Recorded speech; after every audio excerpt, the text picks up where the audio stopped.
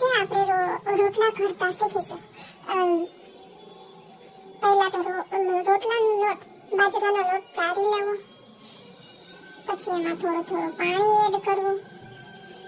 પાણી એડ કરી બધો લોટ ભેગો કરવો.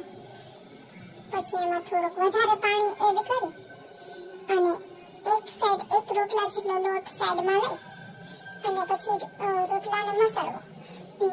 થોડું પાણી કરી એમ કરી અને લોટ મસળવો.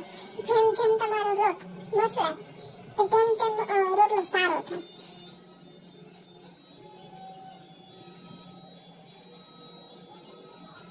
પછી તેને ગોળ વાળી અને પછી રોટલો એક થેલીમાં લઈ અને બીજા હાથ વડે ઘડતા જવાનું. અને પછી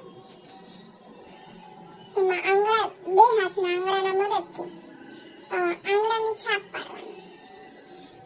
પછી રોટલો થઈ જાય એટલે પછી ટીપી નાખવાનો અને પછી તમારે તાવડી ઉપર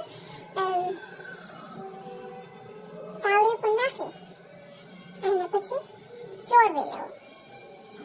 રોટલો જેમ તમારો ફૂલે એમ પણ રોટલો સારો થાય. તો કેવી લાગે અમારી રોટલાની રેસીપી? તો લાઈક કરો,